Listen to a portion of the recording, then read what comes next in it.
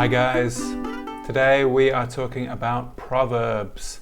What are proverbs? They are similar to idioms in that they are sayings in English, but usually these proverbs have some kind of moral. So I'm going to include a little link below. There's a good link that you can see what's the difference between these idioms on the one hand and proverbs on the other hand. So I'm going to go through this video with a little test. Perhaps you can guess the proverb from the picture. Behind me, what have we got here? Somebody looking over the fence at some very green grass on the other side.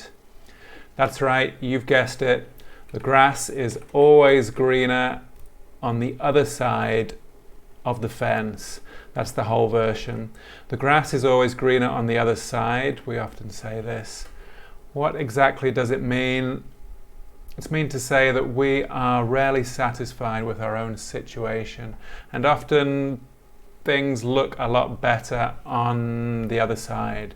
Other people's lives can look very attractive from where we're standing. Sometimes it looks as if they only have good things going on in their lives, but what we don't know is that when we get close up, the grass is usually pretty similar on both sides of the fence.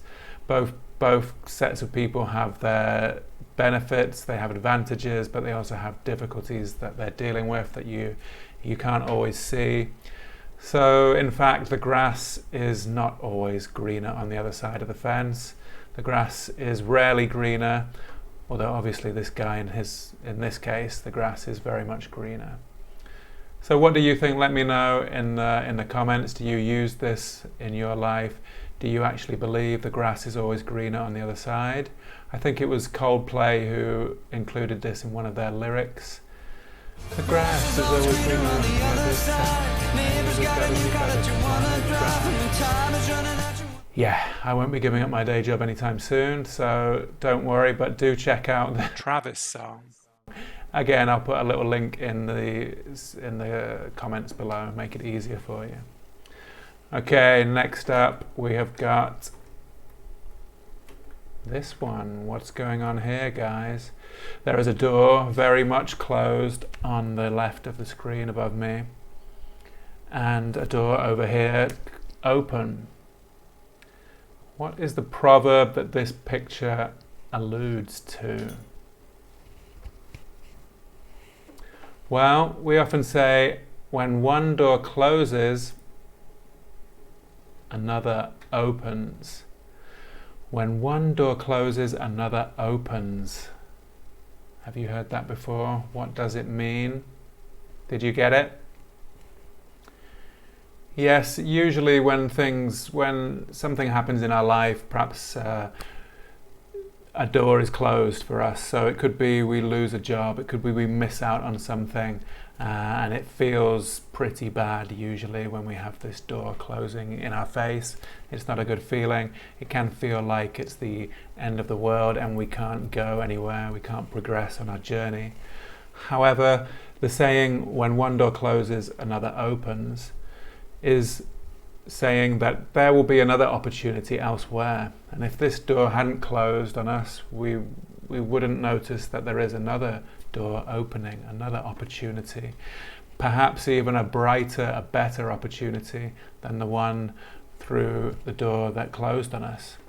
So it's really there to say to keep your mind open, stay positive, don't get too upset just because something has barred your way or you've come across some obstacles.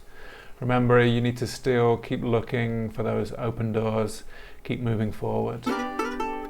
Okay, next up here we have big stone, and there's some action going on. What is the stone doing? And we can see some green stuff around the stone, which doesn't seem to be collecting on the stone.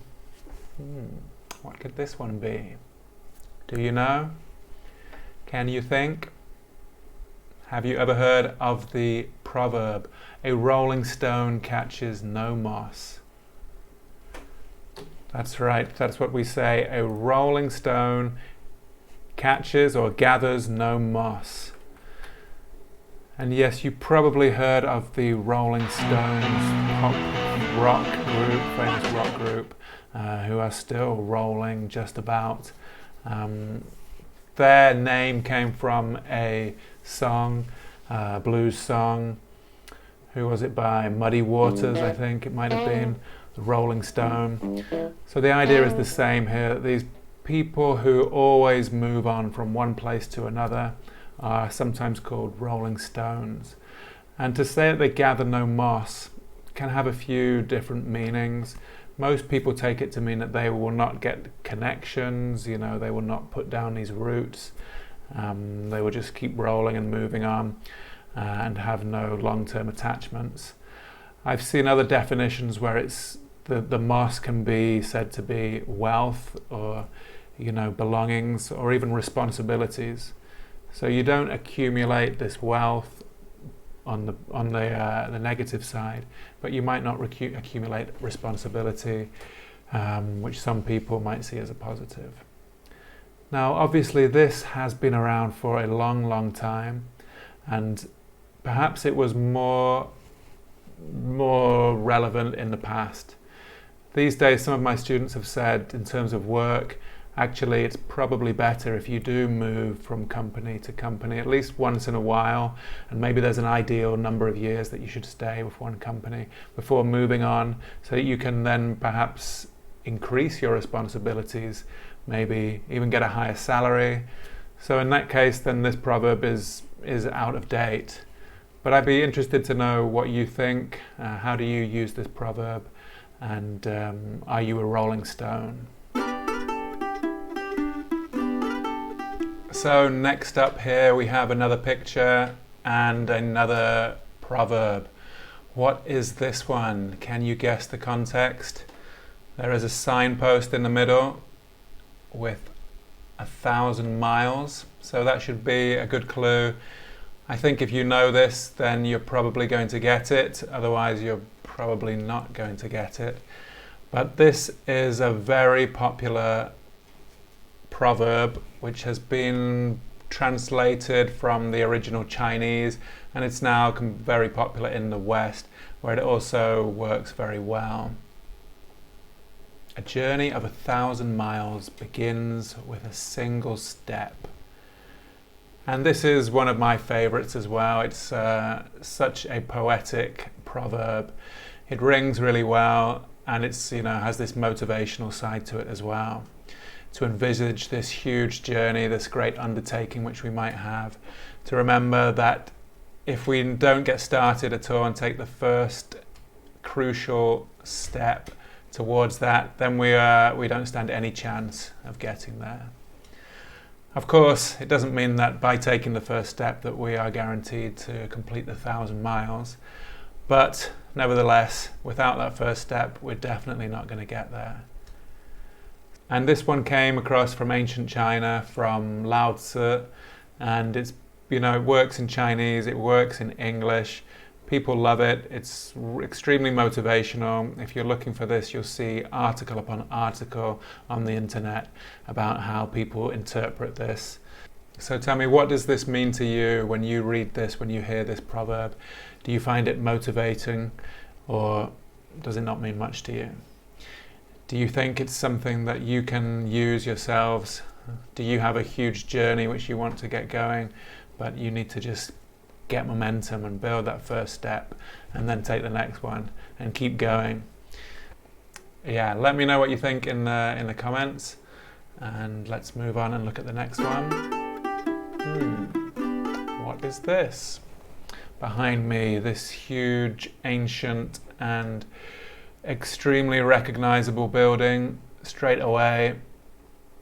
Even if you don't know the name, I think you'll probably know where it is. This is the Colosseum, which is still standing, from ancient Rome, built so many thousands of years ago. And there's the clue in that Rome, and we have this timer here of 1 day. Do you know it?